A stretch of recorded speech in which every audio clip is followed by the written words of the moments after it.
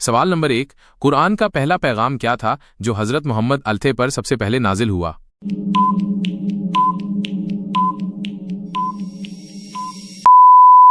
आपका सही जवाब होगा कुरान का पहला पैगाम इकरा था, जिसका मतलब है पढ़िए। ये सूरह अल-अलक की पहली आयत है जो गारे हिरा में हजरत जिब्राइल अलैहिस्सलाम के जरिए नाजिल हुई। इससे इल्म और तालीम की अहमियत जाहिर होती है। सवाल नंबर 2, इस्लाम के 5 बुनियादी अरकान कौन से हैं जो हर मुसलमान के लिए जरूरी हैं?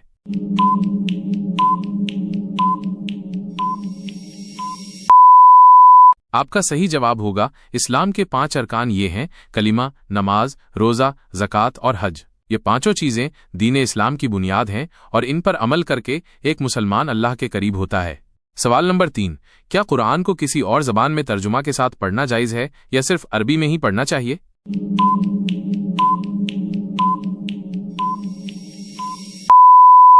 आपका सही जवाब होगा कुरान अरबी ज़बान में नाजिल हुआ, मगर इसका तर्जुमा किसी भी ज़बान में पढ़ना जायज़ है ताकि लोग कुरान का मतलब और पैगाम समझ सकें। समझकर पढ़ने से अमल करना आसान होता है।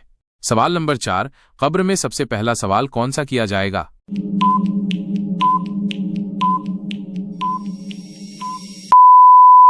आपका सही जवाब होगा कब्र में पहला सवाल ये होगा मन रब्बुक, यानी तेरा रब कौन है। इसके बाद दीन क्या है और नबी कौन है के सवालात होंगे। ये सवालात इंसान के ईमान का इम्तिहान होंगे। सवाल नंबर 5, क्या सिर्फ नीयत ही किसी अमल के लिए काफी है?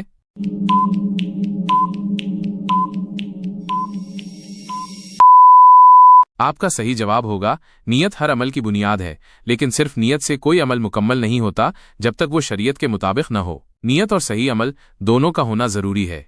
सवाल नंबर 6, क्या गुस्से को काबू में रखना भी सुन्नत है? आपका सही जवाब होगा जी हाँ, नबी करीम सल्लल्लाहु अलैहि वसल्लम ने गुस्से से बचने की तालीम दी है। आपने सल्लल्लाहु अलैहि वसल्लम फरमाया, ताकतवर वो नहीं जो कुश्ती में जीते, बल्कि वो है जो गुस्से के वक्त अपने नफ्स पर काबू रखे। गुस्सा ईमान को कमजोर करता है। सवाल नंबर 7, क्या कुरान में तमाम अंबिया का जिक्र है या सिर्फ चंद का? आपका सही जवाब होगा कुरान में कुछ अंबिया अलैहिस्सलाम का जिक्र है, जैसे हजरत इब्राहीम, मूसा, ईसा और नूह अलैहिमुस्सलाम, लेकिन अल्लाह ताला ने फरमाया कि बहुत से और अंबिया भी भेजे गए जिनका जिक्र कुरान में नहीं किया गया। सवाल नंबर 8, क्या रोजे का मकसद सिर्फ भूखा रहना है?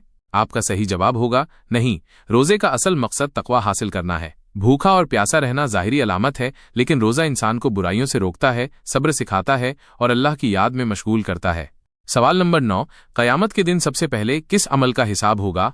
आपका सही जवाब होगा क़यामत के दिन सबसे पहले नमाज का हिसाब होगा। अगर नमाज दुरुस्त हुई तो बाकी अमाल भी आसानी से कबूल होंगे। नमाज दीन का सबसे अहम रुकन है। सवाल नंबर 10, क्या सिर्फ अच्छे इरादे रखने से जन्नत मिल जाएगी?